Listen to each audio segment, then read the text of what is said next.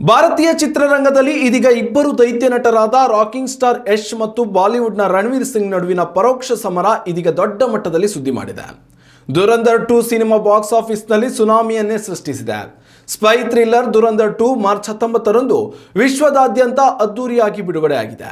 ತಾಂತ್ರಿಕ ಕಾರಣಗಳಿಂದ ಕನ್ನಡ ಆವೃತ್ತಿಯ ಬಿಡುಗಡೆ ಒಂದು ದಿನ ವಿಳಂಬವಾಗಿದ್ದರೂ ಅಭಿಮಾನಿಗಳು ಪ್ರೀಮಿಯರ್ ಶೋಗಳ ಮೂಲಕ ಹವಾ ಸೃಷ್ಟಿಸಿದ್ದಾರೆ. ದುರಂಧರ್ ಸಿನಿಮಾ ಕೇವಲ ಪೇಯ್ಡ್ ಪ್ರೀಮಿಯರ್ ಶೋಗಳಿಂದಲೇ ಈ ಚಿತ್ರ 50 ಕೋಟಿ ರೂಪಾಯಿಗೂ ಅಧಿಕ ಕಲೆಕ್ಷನ್ ಮಾಡಿದೆ. ಮೊದಲ ದಿನವೇ ಜಾಗತಿಕವಾಗಿ 240 ಕೋಟಿ ರೂಪಾಯಿ ಬಾಚುವ ಮೂಲಕ ಬಾಲಿವುಡ್ನ ಸಾರ್ವಕಾಲಿಕ ದಾಖಲೆಗಳನ್ನು ಧೂಳಿಪಟ ಮಾಡಿದೆ.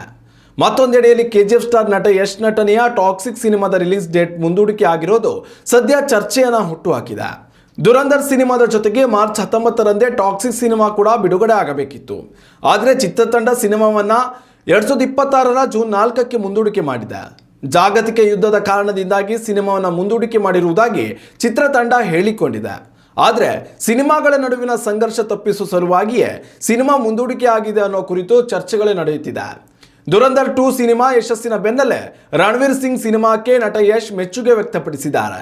ಸದ್ಯ ಯಶ್ ಅಭಿಮಾನಿಗಳು ಟಾಕ್ಸಿಕ್ ಸಿನಿಮಾದ ಅಪ್ಡೇಟ್ಸ್ಗಾಗಿ ಕಾಯುತ್ತಿದ್ದಾರೆ. ಜೂನ್ ತಿಂಗಳಿನಲ್ಲಿ ಸಿನಿಮಾ ರಿಲೀಸ್ ಆಗುತ್ತಿದ್ದು ಏಪ್ರಿಲ್ ಮಧ್ಯಭಾಗದಲ್ಲಿ ಚಿತ್ರದ ಹೊಸ ಲುಕ್ ಅಥವಾ ಸೆಕೆಂಡ್ ಟೀಸರ್ ಬಿಡುಗಡೆ ಆಗುವ ಸಾಧ್ಯತೆ ಇದೆ. ಗೀತು ಮೋಹನ್ ದಾಸ್ ನಿರ್ದೇಶನದ ಟಾಕ್ಸಿಕ್ ಸಿನಿಮಾದಲ್ಲಿ ನಯನತಾರಾ ಮತ್ತು ಕಿಯಾರಾ ಅಡ್ವಾಣಿ ನಟಿಸುತ್ತಿದ್ದು ಯಶ್ ಅವರ ಮಾಸ್ ಲುಕ್ ನೋಡಲು ಅಭಿಮಾನಿಗಳು ಮುಗಿಬಿದ್ದಿದ್ದಾರೆ. ಉತ್ತಮ ಸಂಸ್ಕಾರಯುತ ಶಿಕ್ಷಣದೊಂದಿಗೆ VSS English medium CBSE school Udupi Muddur.